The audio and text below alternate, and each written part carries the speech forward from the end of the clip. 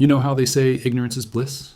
Well, that bliss ended the day my HOA president showed up at my front door holding a clipboard, a smug smirk on her face, and a fine that could have paid my mortgage. It was early morning, and I remember the sun barely peeking over the rooftops of Pine Meadows, my quiet little neighborhood where lawns were trimmed with military precision and the sound of sprinklers filled the dawn. I had just poured my first cup of coffee when I heard the knock. Standing there was Cheryl Patterson, the queen bee of Pine Meadows, the self-proclaimed guardian of community standards, and quite possibly the most power-hungry person I'd ever met. "Mr. Lawson," she said, adjusting her sunglasses, "we've received several complaints about your mailbox." I blinked, unsure I'd heard her right. "My mailbox?" I asked. "Yes," she said. "It doesn't meet the approved design. That's a violation of HOA Code 12.4. You'll need to remove it or face a $3,500 fine." I actually laughed. I thought it was a joke. My mailbox was black, simple, neat, not a trace of rust, no weird decals, no problem at all. "You're serious?" I asked. She smiled the kind of smile that people use right before they say something awful. "Dead serious. Payment due within 30 days.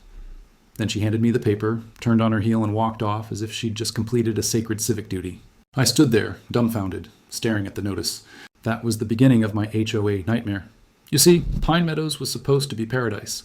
I'd moved there after 15 years working in real estate law, a career I loved, but one that came with enough stress to last a lifetime. When I retired, I wanted peace. I wanted quiet. What I didn't realize was that I had moved into a kingdom ruled by a petty tyrant who thrived on control and intimidation. Cheryl Patterson wasn't just the HOA president. She was judge, jury, and executioner. The neighbors all obeyed her unspoken laws, out of fear, not respect. People kept their lawns mowed to perfection, trash cans hidden from sight, cars spotless. Even children's bikes had to be stored properly behind fences or risk a warning letter. I'd heard whispers before I moved in that the HOA here was strict, but I had no idea how bad it really was. At first, I tried to be reasonable. I attended a meeting, thinking maybe I could appeal the fine or at least understand where this mailbox violation nonsense came from. The meeting was held in the so-called HOA office, a small one-story building at the edge of the neighborhood, complete with a shiny gold plaque that read Pine Meadows Community Association Headquarters. Inside, there were rows of folding chairs, a podium, and front and center, Cheryl, sitting like a queen behind a table with her laptop and a gavel. When I walked in, she didn't even greet me. "You're the one with the mailbox," she said, without looking up. "Yes," I said, "and I think there's been a mistake." "There's no mistake," she said sharply. "It's not regulation size or color. It disrupts uniformity." "Disrupts uniformity?" I said. "It's a mailbox, not a neon sign." The room chuckled quietly, but her glare shut them up. "You can appeal," she said, "but appeals are rarely approved." "Who approves them?" I asked. "The board." "And who's on the board?" She smiled. "I am." That was my first real taste of who I was dealing with. Still, I tried to play nice. I replaced the mailbox. Not because I agreed with her, but because I didn't want trouble. But trouble, it seemed, had already decided it liked me. The next month, I got another fine, $250 for improper trash placement. I had taken my cans out to the curb an hour early. 1 hour. Cheryl must have been watching, waiting. I could almost imagine her sitting by her window with binoculars, writing down timestamps like a stalker with a stopwatch. Then came the warnings for unapproved landscaping, non-conforming outdoor lighting, and even visible garden tools. It was absurd. I felt like I was living in a gated dictatorship instead of a suburban neighborhood. Then came the letter that changed everything. A bright yellow envelope with the HOA logo stamped on it. Inside was a notice of intent to file lien. They were threatening to put a lien on my property, my home, if I didn't pay my outstanding balance of $4,600 in fines and fees. My blood boiled. I'd dealt with plenty of legal bullies in my career, but something about this one hit differently. Maybe it was the arrogance. Maybe it was how easily she wielded fear. Whatever it was, I knew one thing. Cheryl Patterson had no idea who she was messing with.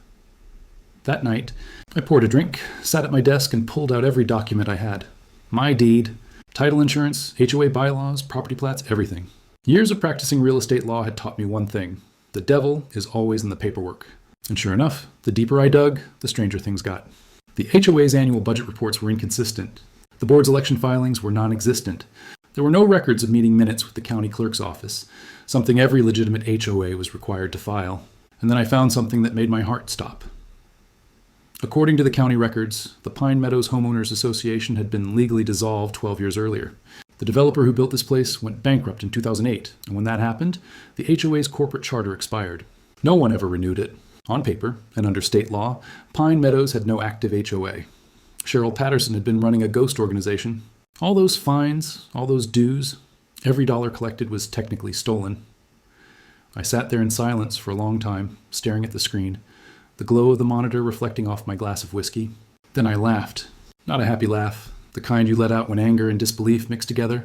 Cheryl thought she was untouchable, but she'd built her throne on sand. The next morning, I went to the county recorder's office to verify everything.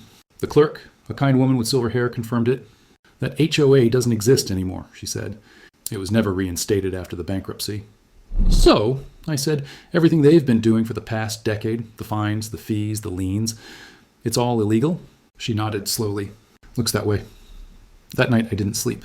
I spent hours gathering evidence. Copies of payment records, emails, notices, even screenshots of Cheryl's posts on the community Facebook page. She'd publicly shamed people for violating rules that didn't legally exist. She'd collected thousands of dollars in fines. I found neighbors who'd paid her in cash, checks made out to Pine Meadows HOA, and Venmo transactions that went straight into her personal account. The deeper I dug, the darker it got. Then came the real twist, the kind of revelation you only see in movies.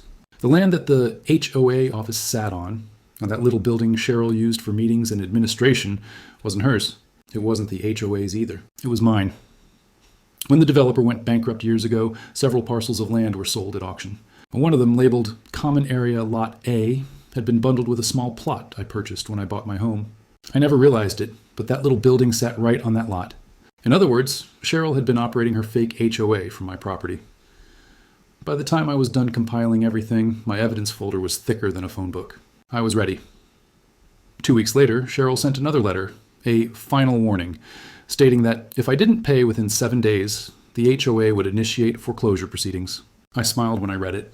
Then I circled the date of the next HOA meeting on my calendar and wrote one word next to it: war. When the day arrived, I dressed sharp.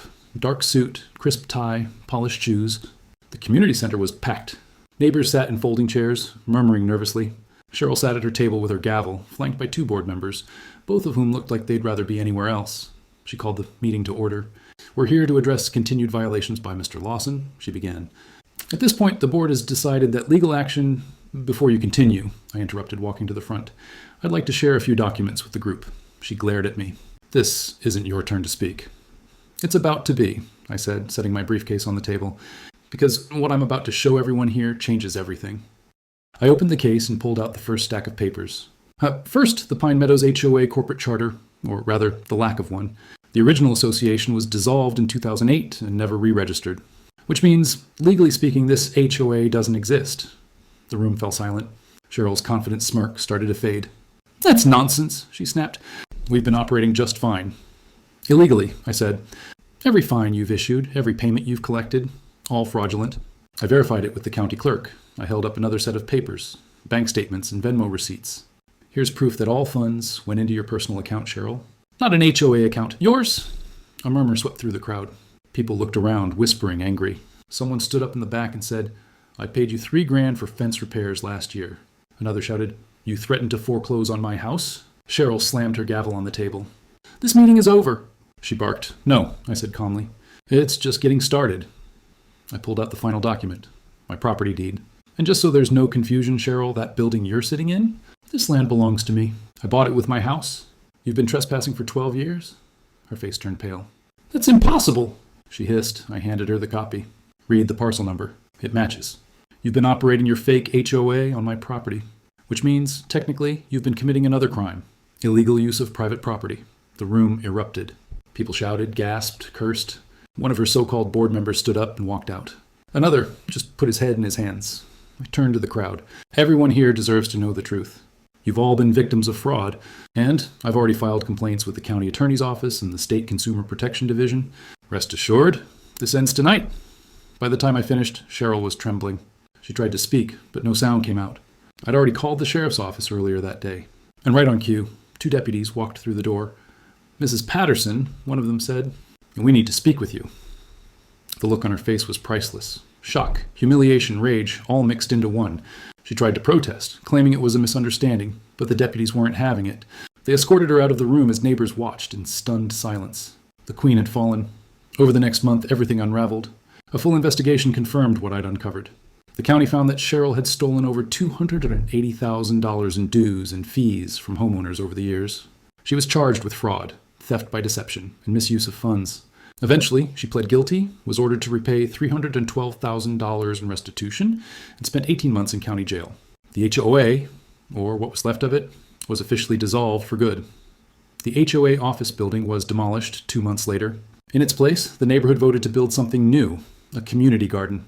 Fitting, considering Cheryl had tried to destroy everyone's peace of mind. And now that same ground was being used to grow life again. One Saturday morning, I was out there planting tomatoes with a few neighbors when an older man named Frank said, "You know, Lawson, I didn't believe you at first. Thought you were just another guy fighting the HOA. But you really did it. You brought her down." I smiled and said, "No, Frank, the truth brought her down. Life in Pine Meadows is peaceful now.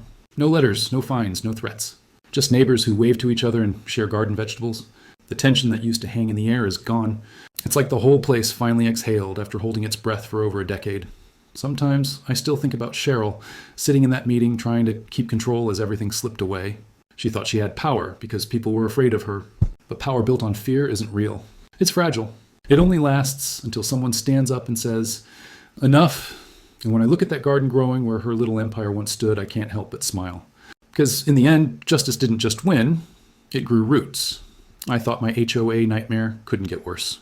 Until I discovered the truth. Turns out, the only thing scarier than an HOA with too much power is one that never had any power at all. So, if you're listening to this and you're fighting your own HOA nightmare, just remember, sometimes the law is the best revenge. And sometimes the quietest justice speaks the loudest. Have you ever dealt with an HOA nightmare? Drop your story in the comments. I read everyone. Subscribe for more revenge stories where justice is served cold.